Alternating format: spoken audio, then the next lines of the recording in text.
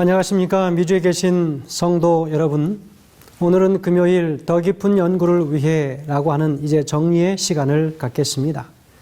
우리 말씀 나누기 전에 함께 기도하겠습니다. 사랑의 아버지 하나님, 한 주 동안 귀한 말씀의 은혜를 저에게 베풀어 주셔서 참으로 감사합니다. 아버지 하나님, 아무리 힘들고 어려운 믿음의 영적 싸움이 우리에게 다가온다 할지라도 예수 그리스도를 결코 놓지 않는 우리의 모든 믿음의 삶이 되게 인도하시기를 예수님의 이름으로 간절히 기도합니다. 아멘. 계시록 13장 11절에는 이렇게 기록합니다. 내가 봄에 또 다른 짐승이 땅에서 올라오니 새끼 양같이 두 뿔이 있고 용처럼 말하더라 라고 이야기합니다. 12절에서는요. 자기가 먼저 나온 짐승의 모든 권세를 그 앞에서 행하고 그 땅과 땅에 거하는 자들로 처음 짐승에게 경배하게 하니 곧 죽게 되었던 상처가 나은 자니라 라고 이야기합니다. 사단은 결국 하나님께 드려야 할 경배, 다시 말하면 이 땅의 모든 참 그리스도인들의 하나님을 향한 존경과 하나님만이 받으실 수 있는 그 존엄을 자신이 받으려고 하고 있습니다. 이를 위해서 자신이 할 수 있는 모든 수단과 방법을 동원하여 말씀을 변개코자 하고 때와 법을 바꾸어서 할 수만 있으면 모든 하나님의 신실한 백성들을 미혹하게 하려고 하고 있다고 하는 것입니다. 대쟁투 582페이지에서는 이렇게 기록합니다. 사단은 하나님의 율법을 경멸하기 위하여 성경의 교리를 왜곡시켰다. 그리하여 성경을 믿노라고 공언하는 수많은 사람들의 믿음에 오류를 혼합시켰다라고 이야기하고 있습니다. 이 일에는 회의도 있지만 짐승의 표를 받지 않은 사람에게 주어지는 삶의 가장 연약한 부분을 공격하는 엄청난 억압과 핍박들이 있을 것이라고 하는 것도 이야기합니다. 그렇다면 우리는 이 시대의 마지막을 어떻게 살아가야 하는가? 끝까지 인내하며 시련을 이기고 승리해야 한다라고 이야기합니다. 그들을 향하여 대항하여 싸우는 것이 아니라 인내하라고 이야기합니다.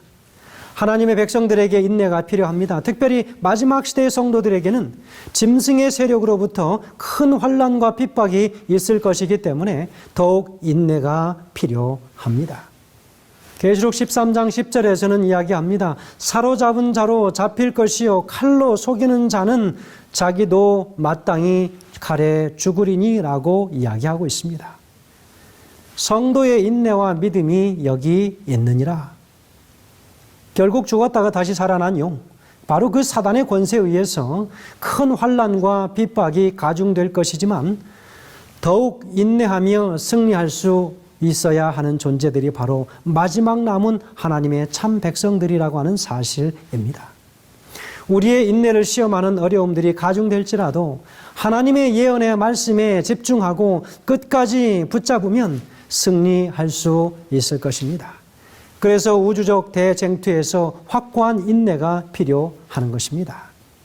우리의 영원한 중보자이신 예수 그리스도를 놓지 않는 이 세상의 남은 자손, 하나님의 어린 양을 따르는 자들, 곧 이 사람들은 우리의 영원한 중보자이신 예수 그리스도를 놓지 않는 바로 이 세상의 남은 자손들, 하나님의 어린 양을 따르는 바로 그 사람들, 바로 계시록 14장 4절과 5절에서 말하고 있는 이 사람들은 여자로 더불어 더럽히지 아니하고 정절이 있는 자며 사람 가운데에서 구속을 받아 처음 익은 열매로 하나님과 어린 양에게 속한 자들이니 그 입에 거짓말이 없고 흠이 없는 자들이더라 라고 이야기하고 있는 것입니다. 성도 여러분, 우리가 마지막 시대에 어떠한 사람이 되어야 하겠습니까? 계시록 13장 4절과 5절에서 정확하게 가르쳐주고 있습니다. 이 싸움의 마지막의 쟁점은 하나님의 계명을 지키며 예수의 증거를 가진 자들을 멸하기 위한 것입니다. 그것에 경배권이 달려 있기 때문인 것입니다. 그래서 하나님의 계명을 변경시킨 것이기도 하지요. 여러분, 경배는 예배입니다.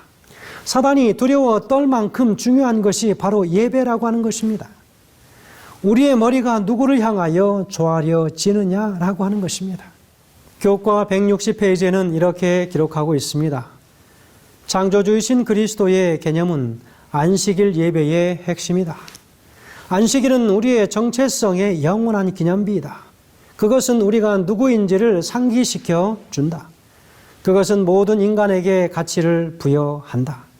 그것은 우리가 창조된 존재이며 우리의 창조주가 우리의 충성과 경배를 받기에 합당하다는 생각을 끊임없이 강화한다. 이것이 사탄이 안식일을 그토록 싫어하는 이유이다. 그것은 우리를 창조주와 연합하게 하는 황금고리이며 이것이 바로 마지막 위기에서 안식일이 중요한 역할을 하는 이유이다라고 이야기하고 있습니다.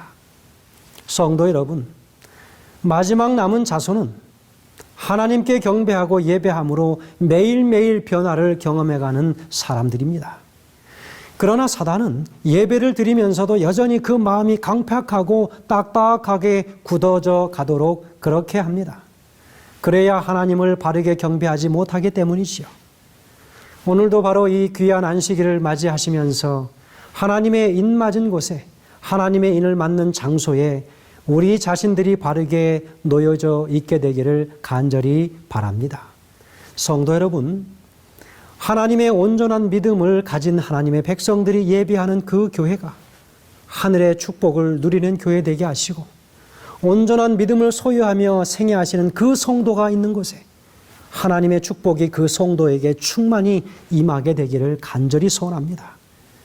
세상에 여러 유혹들이 있지만 그러나 하나님의 인맞기를 간절히 소망하는 우리 모든 믿음의 가족들이 되길 간절히 소원하면서 한 주의 말씀을 마무리하겠습니다. 기도하겠습니다.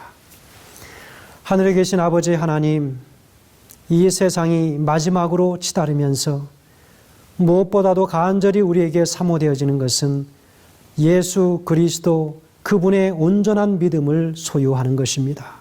그리하여 우리 하나님의 인을 우리 심령 깊숙한 곳에 받기를 원합니다. 그 어떠한 유혹과 환난 속에서도 결코 흔들림이 없는 굳건한 믿음이 오늘 우리의 것이 될 수 있도록 인도하여 주시기를 예수님의 귀하신 이름으로 간절히 기도드리옵나이다. 아멘.